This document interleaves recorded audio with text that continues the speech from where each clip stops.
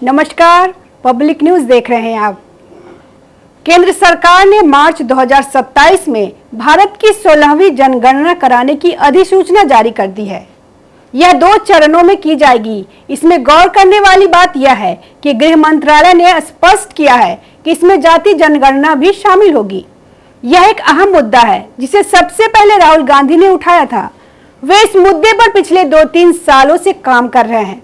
पहले तो सभी विपक्षी पार्टियों ने उनका खूब मजाक उड़ाया, यहाँ तक कि इल्जाम भी लगाया कि राहुल गांधी देश में जाति की राजनीति करना चाहते हैं, देश को जातीय आधार पर बांटना चाहते हैं, जाति के नाम पर अपना वोट बैंक भरना चाहते हैं। लेकिन फिर भी राहुल गांधी अपने मुद्दे पर अड़े रहे।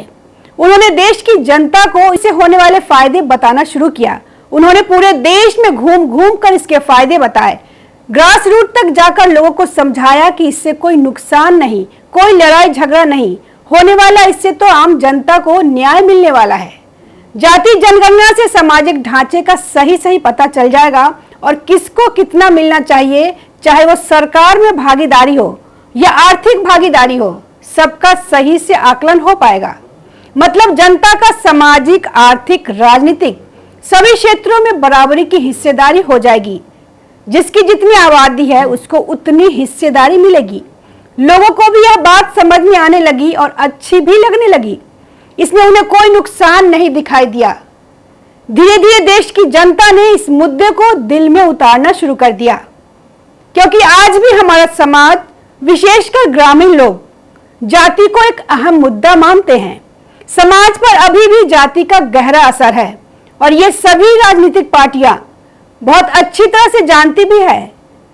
सभी पार्टियों ने अब इस मुद्दे को स्वीकार कर लिया है। आरएसएस ने भी इसको अपनी मंजूरी दे दी है। बीजेपी जनता की नब्ज पकड़ते हुए इसे अपना मुद्दा बताने की हर कवायद भी शुरू कर दी है। यह जातिगत जनगणना का मामला काफी बड़ा हो गया है, क्योंकि अब सिर्फ राजनीतिक तक नहीं, बल्कि इस आधार पर युवाओं की समस्याओं को, बेरोजगारी की समस्याओं से जुड़ी आर्थिक समस्याओं को भी जोड़ा जा रहा है। जाति के आधार पर सोशल जस्टिस एक बड़ा मुद्दा बन चुकी है। लेकिन केरल में क्या हो रहा है? केरल में राहुल गांधी का कोई भी मुद्दा, यहां तक कि जातिगत जनगणना वाला मुद्दा भी नहीं उठाया गया है। अब जबकि केरल में चुनाव सर पर है, तब भी इसका कोई अता पता नहीं है। जिस मुद्दे को बीजेपी अपने फायदे के लिए भुनाने में लगी है, उस मुद्दे का अभी तक केरल में कोई पुरजोर तरीके से कैंपेनिंग की शुरुआत भी नहीं हुई है। केसी वेणुगोपाल, जिनकी मर्जी के बिना कांग्रेस में एक पत्ता भी नहीं हिलता, राहुल गांधी का यह मुद्दा उठा ही नहीं रहे हैं। केरल में आने वाले चुनाव की तैयारी में केरल कांग्रेस क्या कर रही है, इसके क्या मुद्दे हैं, कांग्रेस की क्या तैयारी है, न तो इसके बारे में कोई जानकारी है, कोई क्लियरिटी है। यहां तक कि राहुल गांधी को भी कुछ पता नहीं चलने दिया जा रहा है। राहुल गांधी खुद वहां जाते रहते हैं, प्रियंका गांधी वहां की सांसद भी है, फिर भी उनको कुछ पता नहीं लगने दिया जा रहा है। राहुल गांधी ने पहले जिस लंगड़े घोड़े की बात कही है, केरल में भी उनको पहचानना पड़ेगा, नहीं तो बात हाथ से निकल भी सकती है अगर सही समय पर सही कदम नहीं उठाया गया।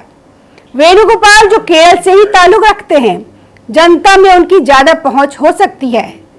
राजनीति का एक बहुत बड़ा उसूल है, पहले अपना फायदा देखना।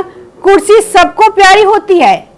कहीं ऐसा तो नहीं कि वेणुगोपाल कुछ अलग ही पका रहे हैं जो राहुल गांधी के लिए सही ना हो। देश की जनता, जिसने जातिगत जनगणना के मुद्दे को दिल में बसा लिया है और बीजेपी इस भावना को समझ चुकी है।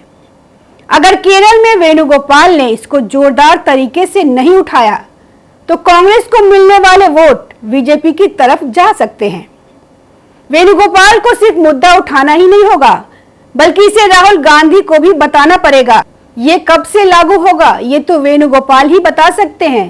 केरल में जाति के आधार पर ओबीसी का 50%, दलितों और आदिवासियों का 11 से 12%, ईसाइयों का 19% का समावेश है। दरअसल केरल में कोई भी दल सामाजिक ढांचे को लेकर छेड़छाड़ नहीं करना चाहती है। सब इसको जैसे ही वैसे ही रहने देना चाहते हैं, क्योंकि इसी में सबका फायदा भी है। लेकिन इस बार जनता को राहुल गांधी से बहुत उम्मीदें हैं। वेणुगोपाल को यह समझना पड़ेगा उनको राहुल गांधी की छवि एकदम हीरो जैसी पेश करनी पड़ेगी, तभी कुछ काम बनेगा। उनको खुद ब खुद बढ़ चढ़ के राहुल गांधी के पक्ष में तन मन धन से प्रचार करना पड़ेगा, जो अभी तक लोगों को नहीं दिख रहा है। उनको तेलंगाना का उदाहरण पेश करना चाहिए था। वेणुगोपाल ने यह सब मुद्दा अभी उठाया ही नहीं है, यह जानबूझकर दबा कर रखा है। यह सोचने वाली बात है। राहुल गांधी का इस सबसे अनजान होना या पता नहीं लगने देना कांग्रेस के लिए सही नहीं है। लंगड़े घोड़े की पहचान सही समय पर हो जानी चाहिए। इन सब परिस्थितियों में 2026 के विधानसभा चुनाव से पहले कांग्रेस के लिए अपने परंपरागत वोट बैंक को मजबूत करना बेहद जरूरी है।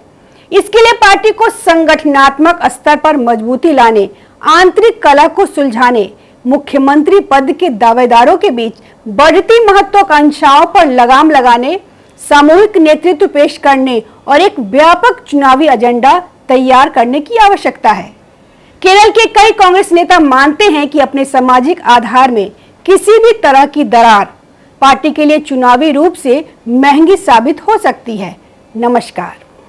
ताज़ा खबरों से जुड़े रहने के लिए हमारे चैनल को सब्सक्राइब करें और बेल आइकन को दबाना ना भूलें, ताकि हर खबर की नोटिफिकेशन आपको मिलती रहे।